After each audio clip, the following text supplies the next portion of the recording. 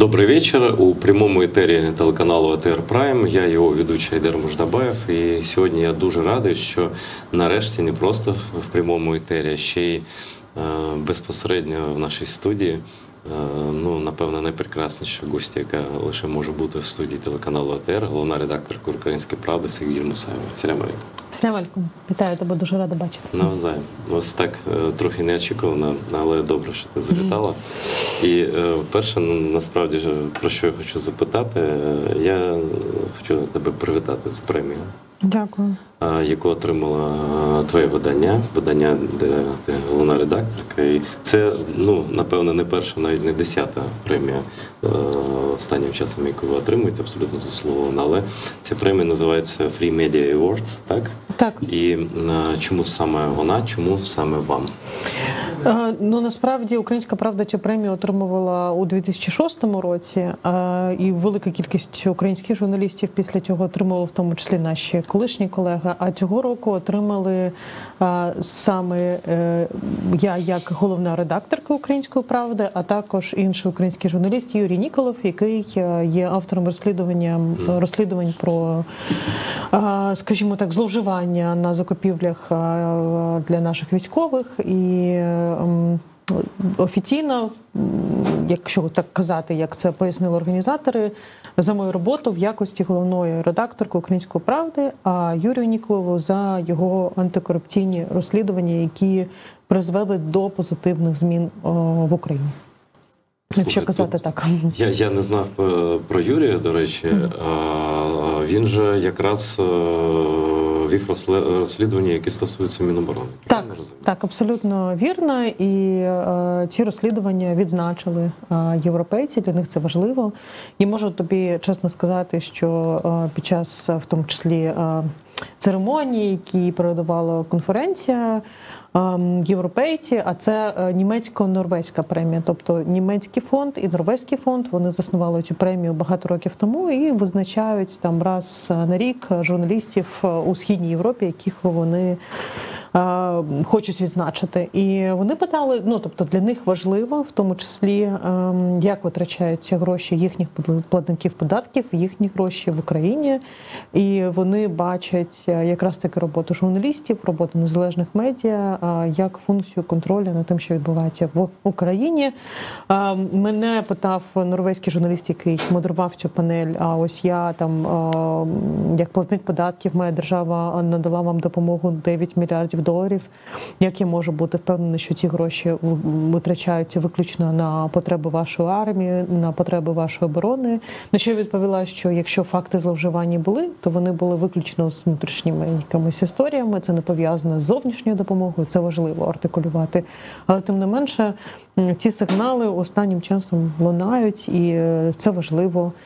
Мені здається, що журналісти непогано виконують свою роботу, тому що ми маємо працювати як запобіжники, так, умовно кажучи, щоб люди, які там навіть думали про якісь зловживання, вони розуміли, що про це напише той, напише Юрій Ніколов, напише «Українська правда», інші журналісти, що це не вдасться приховати. Тому що, на жаль, війна дуже страшний час, випробування, але в тому числі, на жаль, для багатьох, не багатьох, звичайно, для деяких людей це також спосіб, скажімо так, приховати свої злочини, пояснюю, що це також особливостями воєнного стану.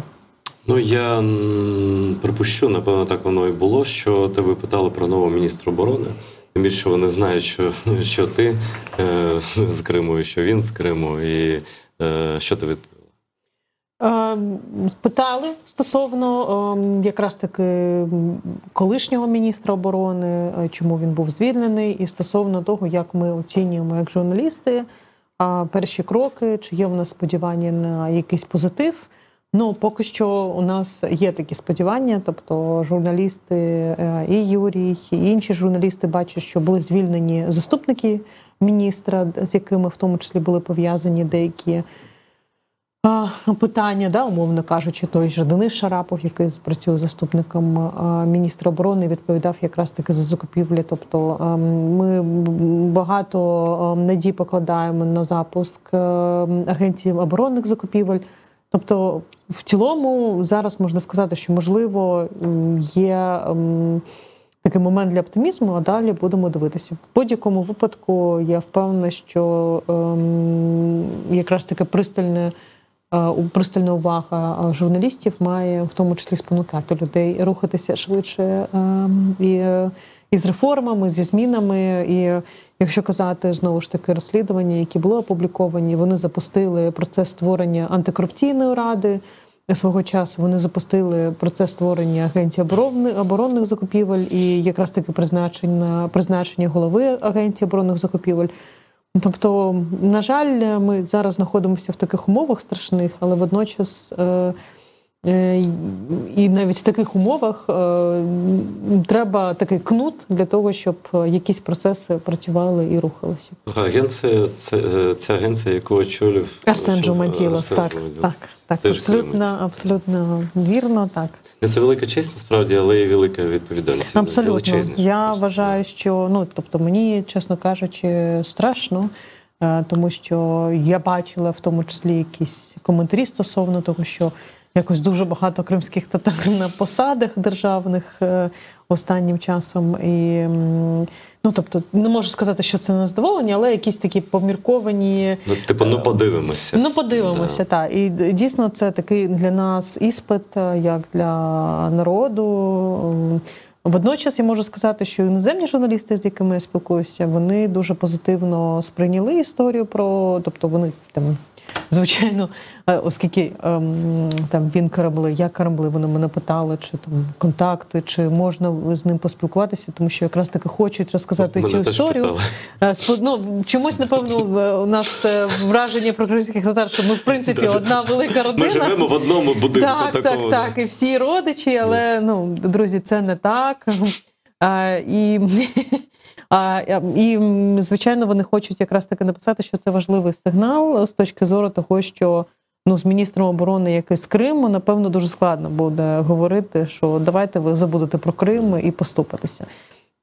Тобто це не те, що я придумала, це не те, що я там придумав, чи говорить там Віталій Шабунін, це я почула від іноземних журналістів, тобто вони це так сприймають. Вони правильно цей сигнал сприйняли. Скажи, будь ласка, те, що ти є сигналом таким, це точно, але на твою думку, може там через твої джерела ти знаєш, яка основна мотивація була у Зеленського призначити саме Рустема Умєрова?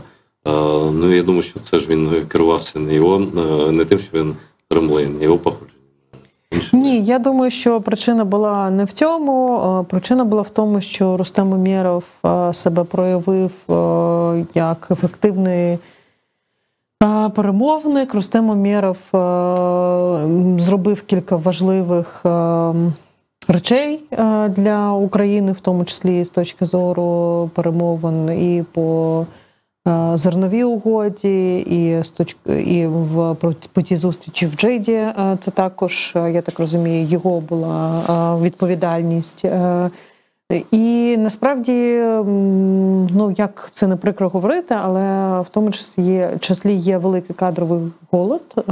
І я знаю, що розглядалися інші люди, в тому числі відмовлялися, погоджувалися, ставили свої умови. Я так розумію, що Рустем Умєров був не найвимогливішим кандидатом стосовно того, які умови, тобто там були люди, які казали, що я можу стати там міністром, але я хочу зберегти в тому числі команду свою в іншому міністерстві, де я працюю, і важелі впливу, на що там Зеленський розповідав, що він точно не хоче приймати якісь мови. Мова про Олександра Купракова, міністра інфраструктури, тобто з ним були такі розмови. Знаю, що з Камишиним були розмови. Ось. І, звичайно, якась близькість до голови Офісу президента Андрія Єрмака також зіграла свою роль. Давайте будемо чесно. А ось, багато хто хотів там якось критикувати це призначення, казали, ось це людина Єрмака. Я так, дивився на цих людей і кажу, так, якщо так казати, то всі люди Єрмака. Це також правда, і це насправді така характерна особливість президентства Володимира Зеленського. Так, дійсно дуже велика кількість менеджерів, людей, які входять до сфери впливу Андрія Єрмака. Я чесно скажу, що мені останнім часом це питання задають, в тому числі і посли, тому що є деякі незадоволення, що в принципі у нас країною керує лише кілька людей, які там розставляють своїх менеджерів на посади і так далі. Тобто це не те, що там, наприклад, я можу говорити, тобто я зустрічаюся з якимось новим послом, і це питання лунає, як зробити так, щоб не було такої повної монополізації влади. Я так розумію, що не тільки до мене такі питання є, тобто не тільки в мене. Це з іншого боку, сказати, що Рустем Умєров менеджер Єрмака, це буде дивно. Ні, 100%. Я теж, давайте будемо чесними, вони знайомі не так давно. Якщо казати Рустема Умєрова, він був помічником Мустафи Джемілєва, в нього є хороші зв'язки з східними країнами. І він не з партії влади, до речі. І він не з партії влади. Якщо казати чесно, то із партією влади відносини на початку були не дуже у Меджлісу і у кримських татар. Те, що він показав на якомусь етапі свою ефективність, те, що він зміг показати якийсь результат, звичайно, це цінується. Я бачу великі виклики, оскільки, звичайно, стоїть питання прозорості перед Міноборони. Це те, що озвучують і громадськість, суспільство, і західні партнери. І тому я думаю, що величезні виклики, відповідальність, і подивимося на результат. Ще я чув, що казали, що ось у Рустема немає досвіду військового, але в принципі він з перших днів в питаннях війни, мені здається, занурений. У Олексія Резнікова теж не було військового досвіду, давайте будемо чесними. І насправді, якщо говорити про посаду міністра оборони, тобто міністр оборони має бути не серед військових, а це має бути цивільна людина, це в тому числі такі стандарти НАТО, які є, і які застосовуються і працюють так само в Україні. Тобто, насправді, тут нічого дивного немає. Тут головне управлінські якості, тут головне політична воля, тому що, на жаль, у минулого міністра її не було. Тобто, я чекаю на перші призначення заступників, були звільнення, тобто ми зрозуміли, що буде якась нова команда, що вже позитив, тому що, на жаль, до попередньої команди заступників деяких була велика кількість питань, і до Ганни Маляр, і до Дениса Шарапова, інші люди так само, тобто виникали якісь, критику і так далі. Тобто це рішення правильне загалом, але знову ж таки, кількість питань, які стоять перед Рустемом, вона велика, тому що зараз він був на Рамштайні, візит у Сполучених Штатах.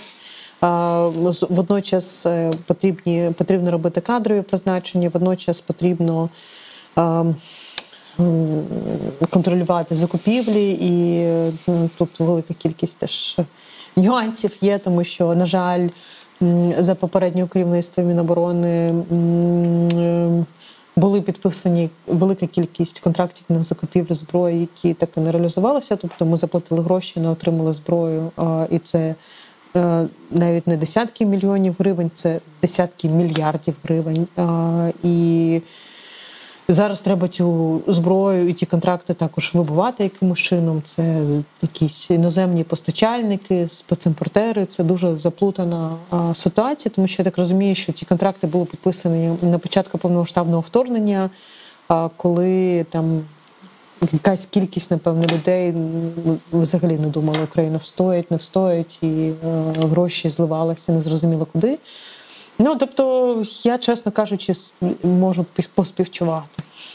Знаєш, по-перше, не треба співчувати Рустему. Я думаю, що він цей виклик прийняв спокійно і зважено. По-друге, всі претензії, які я чув, які перерахував до нього, вони дуже стереотипні. Вони такі абсолютно загальні. Тобто вони були б до будь-якої людини, яка б зайняла цю посаду. Тобто конкретно претензій конкретно до Рустема немає. Ні, це перше. Так? По-друге, всі його перші заяви, вони досить жорсткі, досить конкретні. І він ось сказав, що Україна буде відповідати і на руйнування енергосистеми своєї, відповідно, як загрозам. Так? Потім він сказав, до речі, ти ж з ним робили інтерв'ю вже або ні? Ні, я не робила, робили наші журналісти. І він так. А що ти для себе відзначила? Головне, що він сказав? Він менеджер, це видно. Тобто я думаю, що також можу відзначити, звичайно, велику кількість контактів, які в нього є. З політичними колами, з бізнесовими колами в східних країнах, наприклад, це також важливий чинник. На жаль, в українській владі мало хто може похвалитися. Слухайте, він зв'язки має на Заході теж. Так, це також, це правда, і це також, тобто, якщо казати так, то я думаю, що 100% в тому числі можу точно сказати, що Рустем – це людина, яка переживає за свою репутацію, цінує свою репутацію. І, напевно, я сподіваюся, на якісь там поступки совісті він не піде, тому що для нього це важливий фактор. Він підтримував велику кількість стипендіальних програм для навчання українських студентів, наприклад, за кордоном, благодійних ініціатив, як кримсько-татарських, так і українських. Тобто, слухай, що стосується умов про боротьбу з корупцією, так, про які нещодавно, я читаю виключно українську правду, я перепрошую в інших, але щоб не заморочувати, знаєш, перевіркою фактів, я читаю вас. І всім, до речі, рекомендую. Ви перші написали про цей, не знаю, як цей документ коректніше назвати, перелік умов, вимог, не знаю, як це, знову ж таки, тобі видніше. І написано було прямо, що ось вимоги до реформування тих чи інших там галузі сфер держструктури, там, держави, державних установ. І що це, за вашими словами, це буде пов'язано і вже пов'язано з військовою допомогою. Чи це правда? І наскільки жорсткі ці умови, і дійсно вони пов'язані просто напряму з постачанням зброї? Слава Богу, йдеться про допомогу в цілому, не про військову допомогу. Так вийшло, що на початку, коли ми отримали цей лист, коментарі з боку співрозмовників наші були в тому числі і про військову допомогу.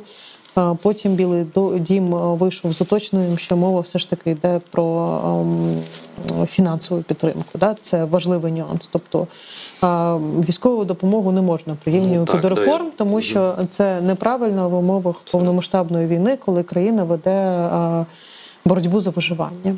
Але є не одне, але, скажімо так, це також може бути проблемою у зв'язку з тим, що Сполучені Штати входять вже фактично в передвиборний сезон. Помітно. І це дуже сильно помітно. І в тому числі, за моїми даними, коли Ентоні Блінкен прилітав до Києва, у комунікації з нашою владою, він сказав, що можуть бути деякі проблеми із майбутнім фінансуванням і з військовою допомогою через розбіжності у Конгресі. Ми це бачимо зараз. Я думаю, що ми точно пройдемо осінь, Конгрес голосуватиме за виділення коштів в Україні, але з Нового року все складніше і складніше це питання може Тобто лунати. треба доводити конкретними справами. Так, антикорупційні, ну тобто той список реформ, який є, він є важливим, і в тому числі, за моїми даними, цей список повністю чи не повністю не можу говорити за це, але він озвучувався на зустрічах у Білому домі, він озвучувався команді президента України під час візиту у Сполучених Штатах. І я так розумію, що в тому числі там ця публічна історія, коли цей список став вже публічним, це також наштовхує на думку про те, що, можливо, недостатньо, скажімо так, уваги приділили проханням партнерів, в тому числі українська влада. А що там основне? Ти можеш просто людям пояснити?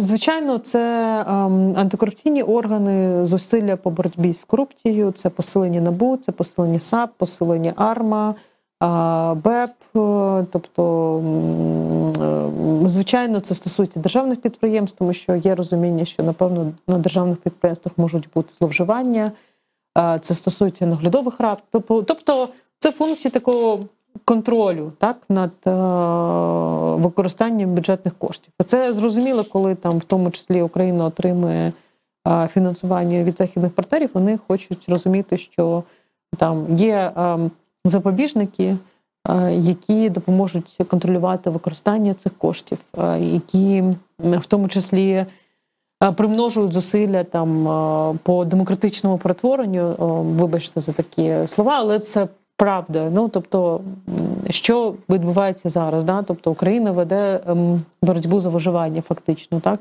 І вона платить дуже високу ціну за можливість зміни, да? І за можливість не бути Росією. Але водночас існують такі ганебні явища, які нас повертають до Росії. Да? Тобто ця корупція, кумівство, там, монополія на владу і так далі. Тобто це, я вважаю, що це природи Савка, да? Тобто, і погані явища, які у нас з Росії ще. Тобто, скажу, з Радянського Союзу. Так, 100%. І нам потрібно змінюватися, навіть незважаючи на повномасштабну війну. І ми бачимо великий запит суспільства, тому що насправді наші західні партнери, вони нам, ну, тобто, точно вчора артикулювали, що ми не прирівнюємо військову допомогу до проведення реформ. Але водночас українці у соціологічних опитуваннях вони кажуть, ми хочемо прирівняти це, тому що для нас це важливо. Це, перепрошую, це певна така заміна виборам, я думаю. Тобто виборів не можна, це, ну, всі розумні люди це розуміють, що зараз вибори проводити не можна. Але в такий спосіб, таким чином, західні партнери дають нам зрозуміти всім, і суспільству, і владі, що так, виборів немає, тобто народ не може висловитися зараз шляхом голосування, але він вимагає прозорості, вимагає змін. І люди в тому числі бачать відповідальність там президента за це, да? Тобто вони це показують, соціологічні опитування. І суспільство сигналізує владі, подивіться, ну, тобто нас не задовольняє стан речей. У нас там купа родичів в армії, ми там віддаємо останні гроші там на донати армії. Але ми розуміємо, що водночас з цим є зловживання, є якісь князькі, царки, смотрящі. Ну, ніби той війни немає для когось. Тобто, і це просто, знаєш, ну, така дурниця вважати, що люди цього, і суспільство цього не відчуває. Суспільство це відчуває. І треба почути цей сигнал, врешті-решт. Тобто, ну, там можна, звичайно, заплющити очі, так? І сказати, що нічого не відбувається, це все происки там Білого дому, який там хоче тут щось, це происки, не знаю, агентів Кремля чи Сарасят. Можна так зробити. До речі, вже не кажуть так. Ти знаєш, не модно. Ні, все одно є, що намагалися ж якось змістити акценти. Тихіше все одно. Ну так, ні, друзі, так не вийде.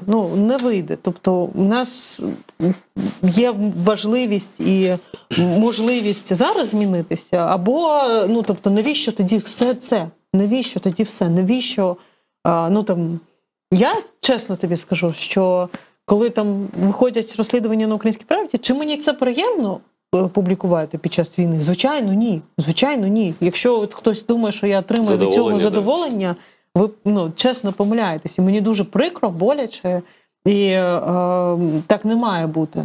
Так не має бути. Але коли мені пишуть військові, дякую, що ви це робите, тому що я там зараз на фронті, я не можу за це відповідати. Він не має за це відповідати. Тому що в тому числі така є трошки інфантильність, що зараз прийдуть хлопці з фронту і все порішають нам. Це десь чув вже, раніше ще чув. Це дурниця абсолютно. Ні, друзі, можемо змінити тільки ми зараз. Так, журналісти можуть це робити, спираючись на факти і так далі. Тому, якщо ви знаєте про якісь зловживання, якщо ви бачите несправедливість, ви маєте про це також сигналізувати. Тому що, звичайно, дуже легко говорити про корупцію, але водночас, наприклад, одеський військом – це ж теж діагноз трохи, да, і симптоми для суспільства. Тому що одеський військом не купив би собі віллу, якби там не 50 тисяч людей, які заплатили йому хабарі для того, щоб виїхати. Така кількість? За моїми даними, що лише в Одеській області 50 тисяч людей виїхали за довідками про інвалідність. Це просто, для мене це дорівнюється державній зраді. Середня такса – це там 5-7 тисяч доларів. Тут навіть не про таксу, а про кількість людей. Це ж чоловіки, правильно? Звичайно, звичайно. Це ж про мобілізацію йдеться. Так, це йдеться про мобілізацію. І, тобто, це як, знаєш, хто написав 50 тисяч доносів, да? І тут так, хто заніс там цьому військовому стільки грошей, щоб він міг купити. Тобто, починати треба з себе, починати треба з, звичайно, і вимог до влади, і з своєї роботи. Тому що, це вулиця двостороннім рухом. Слухай, про мобілізацію також згадали. А що наша держава, може, за твоїми даними, планує робити саме з тими, хто в незаконний спосіб утік, ховається зараз десь, причому користується, пільги отримує через український паспорт. Навіть зрадники туди з Криму якісь їдуть там на захід, так? І вже не кажу про ту кількість людей абсолютно призовного здорового віку, які зараз десь перебувають завдяки таким, як військом, так, да? Одеський. Щось можна зробити? І взагалі, це перша частина питання, якось покарати, примусити, я не знаю, повернути їх сюди, до України, перша. І друге, яка взагалі ситуація з мобілізацією, що влада планує робити, щоб це було справедливо, щоб це було, знову ж таки, відкрито, прозоро, і, тобто, так, як є, як було, просто не може бути зараз в такій ситуації, просто вже час одеських військових просто точно минув. 100%. Я з тобою тут абсолютно погоджуюсь. Я точно не спеціаліст у мобілізації і мобілізаційних заходах, і це неправильно, наприклад. Я не знаю, що там планує влада, умовно кажучи, я не вірю, що там лунають якісь заяви про екстрадицію цих людей. Я собі погано це уявляю. Я думаю, що в якийсь момент, в тому числі, Євросоюз почне зменшувати фінансову допомогу для українських біженців, в тому числі через ці питання. І насправді я тобі чесно скажу, що дуже часто посли європейських країн мене запитують, що ми маємо робити для того, щоб українці поверталися теж додому. Для них це також важливий момент, тому що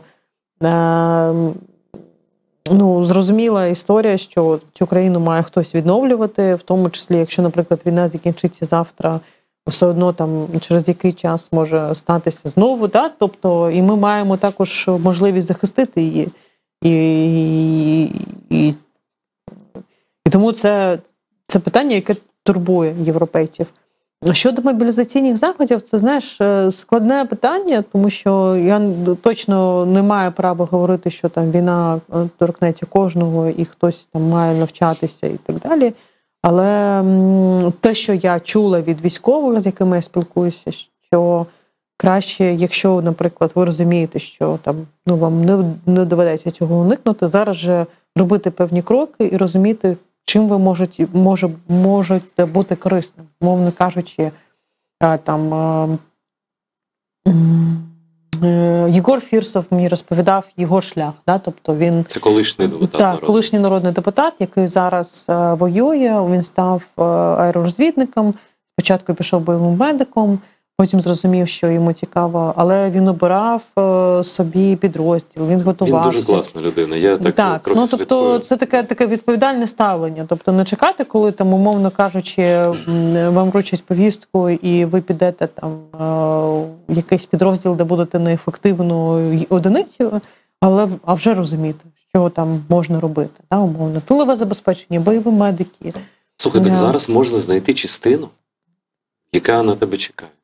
В принципі. Так, такий механізм працює, і в тому числі в 48-му і в тому числі задіяти це. свої найкращі якості.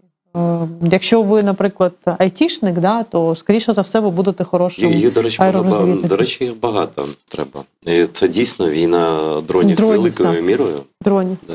так, абсолютно. І операторів дронів у нас вже велика кількість, і буде ще більше. І я вважаю, що тобто дрони – це великий фактор на цій війні, який в тому числі нам допомагає перемагати, але росіяни це також взяли на озброєння. Ми бачимо, як вони застосовують все більше, все частіше. І тому і нам треба, готувати більше операторів дронів, купувати більше дронів, виробляти більше дронів. У мене, до речі, товариш, дуже хороша теж людина, абсолютно цивільна зі Львова. Він сам зрозумів, що, в принципі, він не хоче ухилятися від армії, і він пішов і знайшов частину собі просто в інтернеті десь знайшов. Або там є якийсь сайт, я просто не знаю, де можна обрати там спеціальності, потреби. Він знайшов, зв'язався з командиром, і всі вони питання вирішили. Я був так на того, що там, знаєш, всі гайпують на тому, що там призов, там. Він насправді спокійно це вирішив. І, до речі, зараз у військкоматах працюють люди, з якими я просто спілкувався буквально днями, які з фронту, які там воювали з перших днів. Абсолютно нормальні люди, ніякі тобто вони не просто народ, це герої, так? Ось, і люди абсолютно розуміють, що потрібна армія, вони нічого зайвого вам не скажуть, вони вас не будуть там, і попри там це відео з Самбіру, так, це все ж таки таке, це виняток, насправді. Більшість військкоматів працюють абсолютно нормальні, там, нормальні люди. Система працює. І я, до речі, скажу, що 48-й окремий штурмовий батальйон імені Намана Челебіджихана, командиром якого є гендиректор телеканалу капітан Збройних сил України вже давно Нур Іслямов, він відкритий для новобранців. Для тих, хто хоче, для тих, хто може. В першу чергу, звісно, запрошуємо людей з Криму, Кремли, або людей, які народжені в Криму, жили в Криму, або яким Крим, дорогий до серця їхнього, або, в принципі, будь-яких людей, українців, немає різниці. Хто хоче зосередитися на звільненні Криму, України в цілому, звісно, але в тому числі це кримський підрозділ, який свідомо створений керівництвом нашої армії задля мотивованих людей, для яких це додаткову мотивацію мають стосовно Криму. І тут, якщо ми вже перейшли до 48-го батальйону, який просто зараз створюється, буквально щойно ви зустрічалися з Ленуром, і з ще деякими гарними людьми щодо батальйону. Розкажи, бо я нічого конкретно не знаю, а ти знаєш можу все. розказати. Звичайно, ще потрібно, окрім людей, потрібна зброя, потрібні дрони, і конкретно окремому штурмовому зводу імені Намана Челебіджихана потрібні міномети. І ми домовилися, що організовуємо зараз збір на 10 мінометів для ОСБ 48 Намана Челебіджихана, яким зараз керує Алінур Іслямов, і підписали в тому числі вже із виробником контракт, що ці 10 мінометів будуть виготовлені, і ми зможемо їх поставити нашим військовим. Це штурмова бригада, тому, звичайно, потрібна зброя і потрібні міномети. Міномети взагалі дуже важлива штука на Це війні. дефіцит зараз. Великий дефіцит. На жаль, у нас немає майже виробників мінометів. І тому ми оголосили збір. Який розмір? Скільки? 10 мільйонів гривень на 10 мінометів. І до кінця жовтня ми хочемо заплатити передплату. І до кінця року ці міномети будуть вже у цього підрозділу.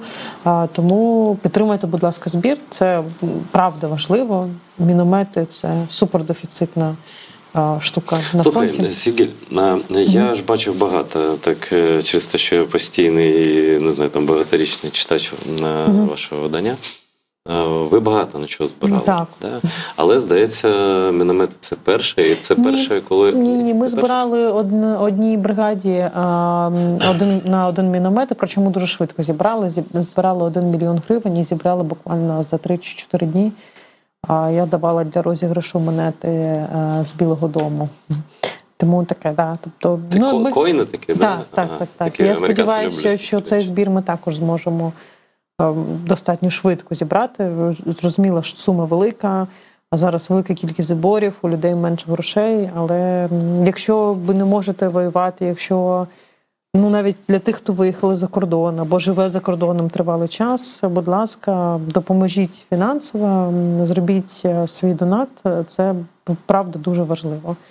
Тому що це люди, які дозволяють нам жити, в тому числі нормальне життя десь в Києві чи в іншій країні, і це важливо. Я думаю, що все вдасться, і я на свого боку, скільки що я можу зробити, я сам особисто зроблю для того, щоб допомогти Севгілі якомога швидше зібрати ці гроші для батальйону Кримського. І хочу одночасно, ось сьогодні буквально був закритий збір великий. Це благодійний фонд САБ.ЮА з Талліна. Простіше сказати, Бабченко і друзі. Аркадій повідомив, що вони десь, не знаю, декілька тижнів це тривало, вони зібрали на медичну евакуацію для 48-го того ж самого штурмового батальйону. І сьогодні збір закінчений. Я дуже вдячний всім, хто донатив. Абсолютно всім з будь-яких країн, і це дійсно глобальний збір. І Аркадію, Роману, Оксані, Яну, всім Карині, я їх знаю особисто, цих людей. Дуже вдячний за вашу допомогу. І ось вони фактично естафету передають Севгіль, так неформально. І я желаю тобі успіху і всім, чим можемо. Я думаю, Аркадій допоможе, і всі. Допомагаємо ми не мені, це я просто як збираю за рахунок того, що в Української правди велика аудиторія, велика кількість підписників, допомагаємо ми собі, звичайно, і допомагаємо батальйону. Це спільна справа. Про що тут говорити? Тут немає про що сказати більше. Ще про зброю, але вже на рівні такому загальному. Я вже двічі чув, буквально вчора, від ізраїльського військового експерта, і буквально сьогодні, знову ж таки, на Українській правді, здається, я прочитав, що колишній радник президента Буша, чи я просто, це не важливо. Таке формулювання, що Україна отримає достатньо зброї, щоб не програти, але недостатньо зброї, щоб перемогти. І це ось такий зараз, було гірше. Зараз там отак десь балансує все це. І вже Рустем Умєров казав, що нам треба для перемоги, для руху вперед, для звільнення території, потрібна перевага. Так? Наскільки, по-перше, чому, на твою думку, людина, яка багато спілкується з політиками американськими, західними, на що вони чекають, і вони що думають, що це якось само по собі станеться? Зараз просто все залежить ось від кількості, навіть не лише від якості, це помилкове таке уявлення. Да? Від кількості дуже залежить. Так?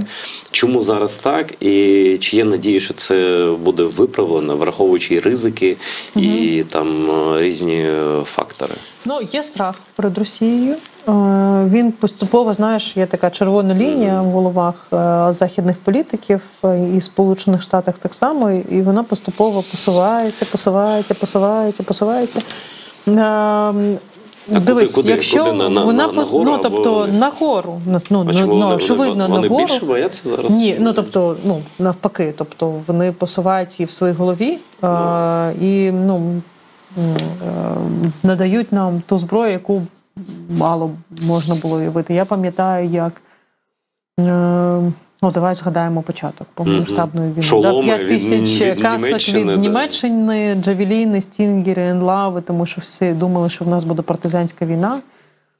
Я пам'ятаю, коли там у квітні Зеленський казав там нам на зустрічі, що дуже потрібні хаймерси, дуже потрібні. І я пам'ятаю, коли ми приїжджали в травні до Вашингтону, і озвучували навіть слово там МЛРС, да, тобто ми говорили МЛРС, і в цей момент бачили, що люди опускають очі, а потім ми отримали хаймерси. Да, тобто і хаймерс – це те, що змінило в тому числі ситуацію на фронті.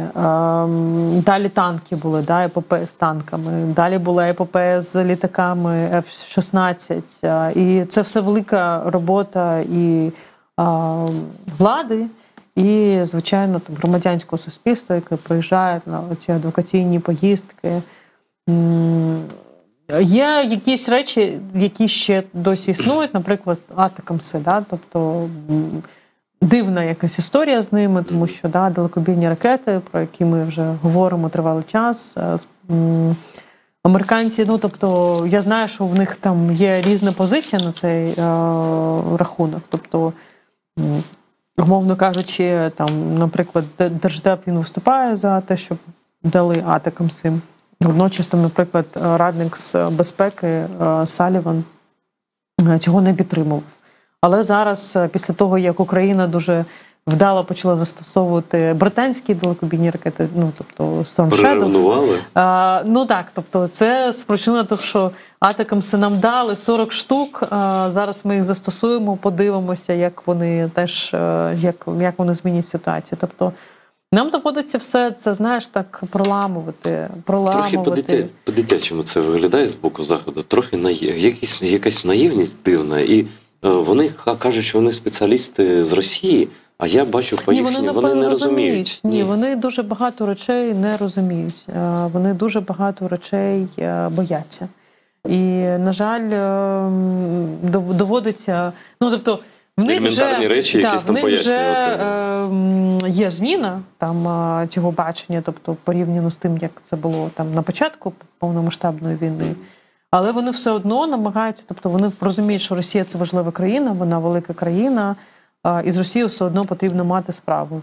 І там, чи потрібно взагалі зіпсувати відносини, там, чи ні, чи можливо про що ще домовитися. Тобто вони ще вважають, що з Росією про щось можна домовлятися. Дуже дивно. І що там все одно, там, якщо казати про цю частину світу, то доведеться мати справу з Росією, тому що це там важлива країна для Слухайте, залюбки, майте з нею справу, але без нас.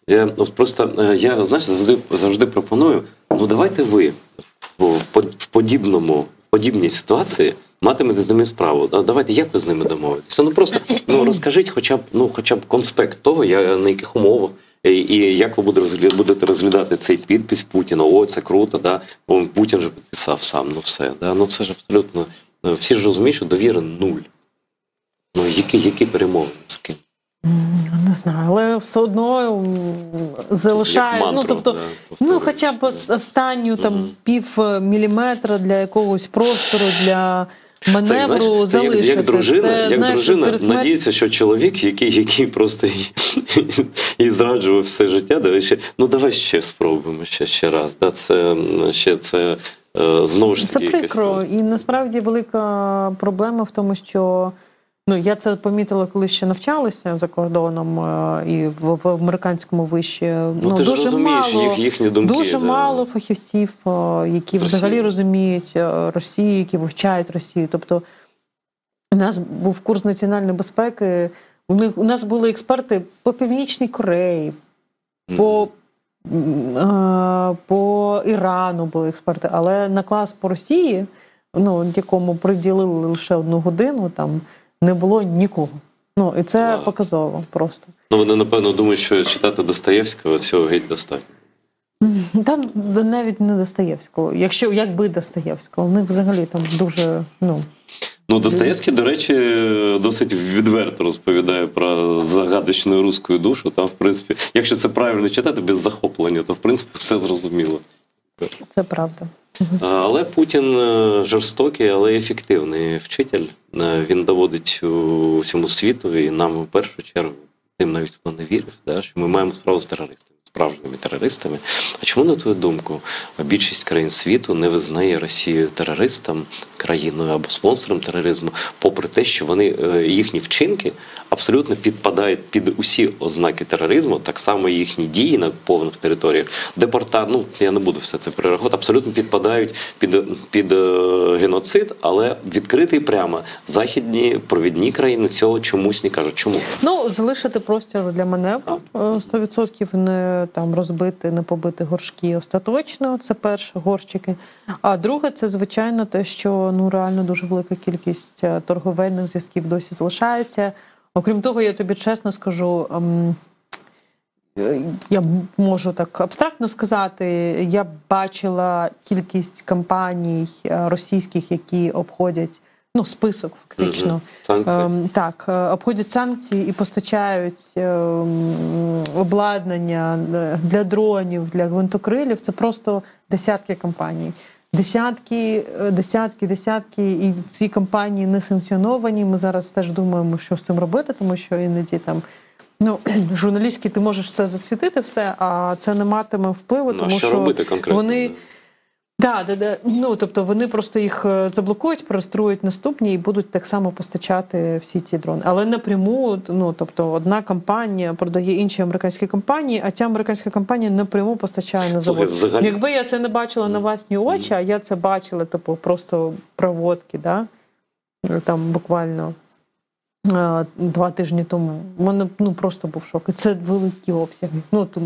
Знаєш, коли ми там думали, що ракети закінчаться через тиждень, чи 2, чи там на 2-3 обстріли, вони налагодили використання цих ракет, вони налагодили виробництво дронів, вони завод шахедів будують, тобто гвинтокрили так само. Тобто, зараз треба бити їх по санкційній політиці тільки так і постійно. Терористам вони не, країну-терористам вони не бо з ними, це хоча б вони ставилися як до терористів. Неформально не кажуть це, бо дивись, Іран, так? Санкції скільки років? 20? Щонайменше, так? Так. Ефективність, стосовно конкретно ось дронів, 0. Тобто вони виробили дрони, які просто, певним чином є зразком там в цій галузі. Так? 100%. Да. Тому що вони крадуть технології, вони обходять санкції. До речі, щодо Росії, велику роль відіграє Грузія зараз. Просто а вони не припинили цього, да? Це просто катастрофа. Це російський уряд до Грузії, те, що вони роблять в плані торгівлі, в плані імпорту запчастин з Росією, це просто злочин. Я не знаю, я б санкціонувала велику кількість чиновників грузинського уряду після цього сорі. Можливо, це трохи емоційно і це точно не моя справа, але, вибачте, це просто таке нахабство. Грузія... наскільки населення ставиться з любов'ю, турботою, там, ти їдеш в лісі, ти бачиш прапор український на кожному будинку майже, червоно-чорні прапори, гасла, а уряд повністю...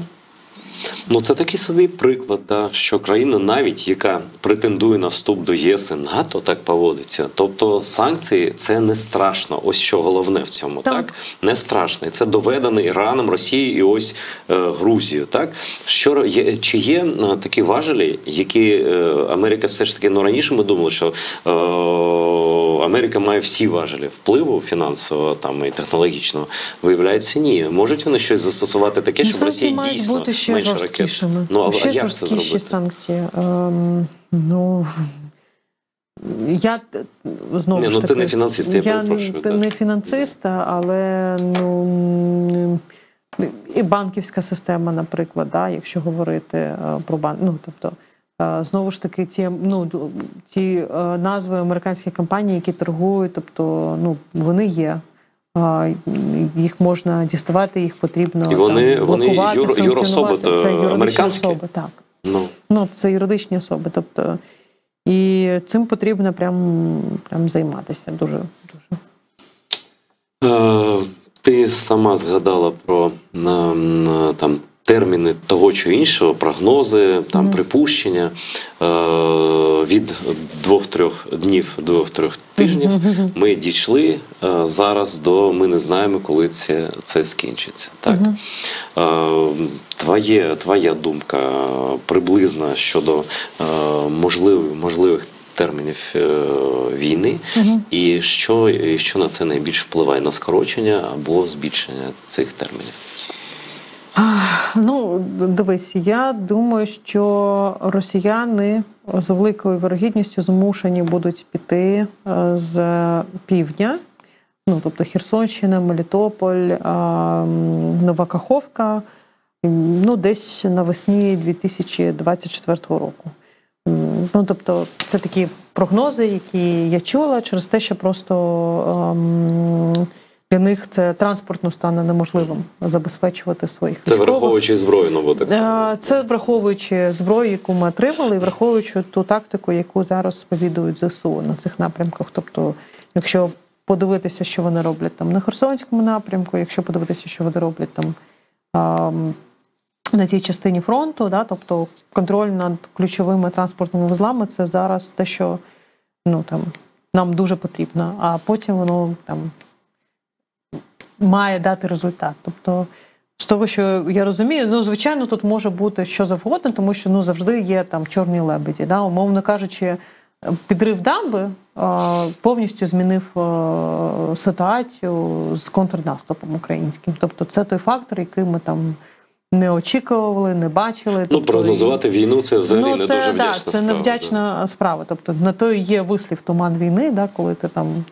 можеш розуміти, що відбувається, і тільки перебуваючи на якійсь, перебуваючи на якійсь навіть частині ділянці фронту, ти не можеш розуміти загальну ситуацію на фронті, не кажучи вже у нас, да, тобто коли ми перебуваємо в тилу, і ще фронт наш такий довгий.